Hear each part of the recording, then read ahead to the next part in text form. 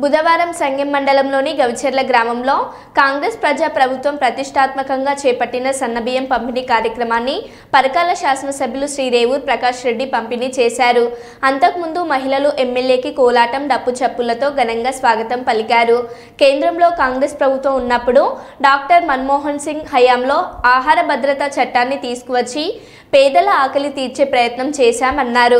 సన్నబియ్యం పథకంను తీసుకువచ్చిన ముఖ్యమంత్రి శ్రీ రేవంత్ రెడ్డి, ఉప ముఖ్యమంత్రి బట్టి విక్రమార్క, సివిల్ సప్లై మంత్రి ఉత్తమ్ కుమార్ రెడ్డికి, మంత్రివర్గానికి పరకాల నియోజకవర్గ ప్రజల తరపున ధన్యవాదాలు తెలియజేశారు.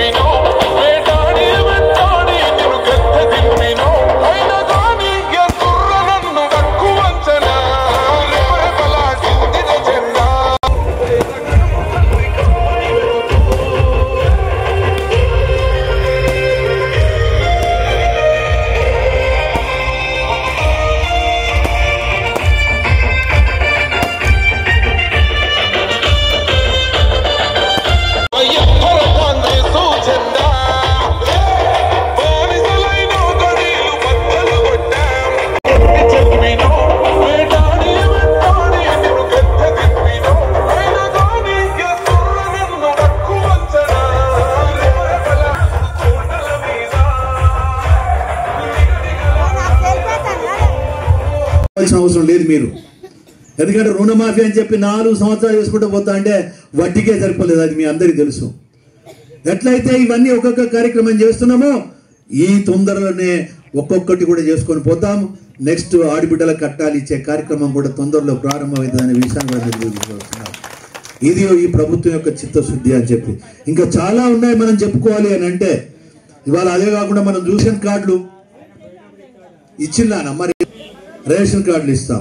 అదేవిధంగా వృద్ధాప్య పెన్షన్స్ చాలా పెండింగ్ ఉన్నాయి, అవి కూడా ఈ తొందరలోనే ఇవ్వబోతున్నాం. అదే కాకుండా మీరు చూస్తే రైతు సోదరులు ఉన్నారు, సన్న బిడ్డలకి 500 రూపాయలు బోనస్.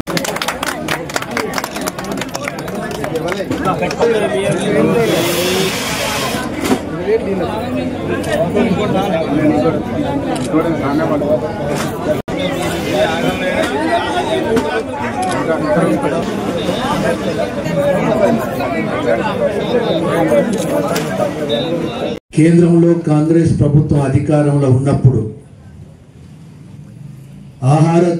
ఆహార భద్రత చట్టాన్ని తీసుకొచ్చింది. అందరు దయచేసి మీరు ఆలోచించాలి. అంటే మన్మోహన్ సింగ్ గారు ప్రధానమంత్రి గారు ఉన్నప్పుడు ఆహార భద్రతా చట్టం తీసుకొచ్చినప్పుడు ఇది ప్రభుత్వాల బాధ్యత, వాళ్ళకి తినే బియ్యం ఇవ్వాలి. కానీ ఏదో ఇస్తున్నామని చెప్పి అనిపించుకోవడమే కానీ వాస్తవంగా అది తినలేని పరిస్థితుల్లో చాలామంది ఉన్నారు అనే విషయం మనందరికీ తెలుసు. దాన్ని దృష్టిలో పెట్టుకొని భయమే అక్కర్లేదు.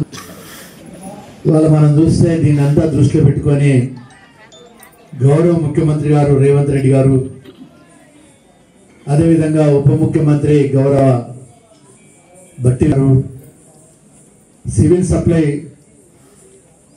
మినిస్టర్ గారు గౌరవ ఉత్తమ్ కుమార్ రెడ్డి గారు, సహచర క్యాబినెట్ మంత్రులు అందరు కలిసి ఒక నిర్ణయం తీసుకున్నారు. బడుగు బలహీన వర్గాలకు సంబంధించిన వాళ్ళే చాలా మంది ఉంటారు. దొడ్డు బియ్యానికి మంచి బియ్యానికి ఉన్న తేడా కూడా చాలా ఉంది.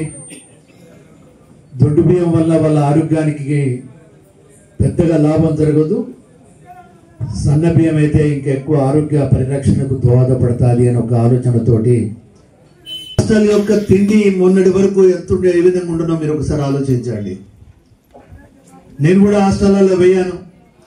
పిల్లల్ని భోజనాలు ఏ విధంగా ఉన్నాయంటే వాళ్ళు ఒక మాట చెప్పారు, సార్ మాకు చికెన్ అన్నారు, చికెన్ పెడతలేరు, మటన్ ముచ్చట లేదు, గుడ్లు కూడా సక్రమంగా పెడతలేరు అని అన్నప్పుడు నేను అక్కడ ఉన్న ప్రిన్సిపాల్ను వార్డెన్ అడిగిన ఏంటి పరిస్థితి అని చెప్పి. అంటే ఏదైతే ప్రభుత్వ పరంగా డబ్బులు ఇస్తున్నారో అవి సరిపోవడం లేదు సార్, ఇంకా పెంచితే. ప్రజల నుండి వచ్చిన సమాచారాన్ని దృష్టిలో పెట్టుకొని గౌరవ ముఖ్యమంత్రి గారు ఇవాళ హాస్టల్ ఛార్జెస్ 40% పెంచడం జరిగింది. 40%. వాళ్ళ మీ పిల్లలు ఉండొచ్చు, లేకుంటే పక్కింటి వాళ్ళు కూడా చెప్పొచ్చు. మీరు మీ పిల్లల్ని అడిగితే చెప్తారు. నేను ఈ 40% పెంచిన తర్వాత హాస్టల్కి పోయినా పోయి బిడ్డ ఎట్లున్నదని అన్న, ముఖ్యంగా మహిళలు అమ్మాయిలు ఉన్న హాస్టల్స్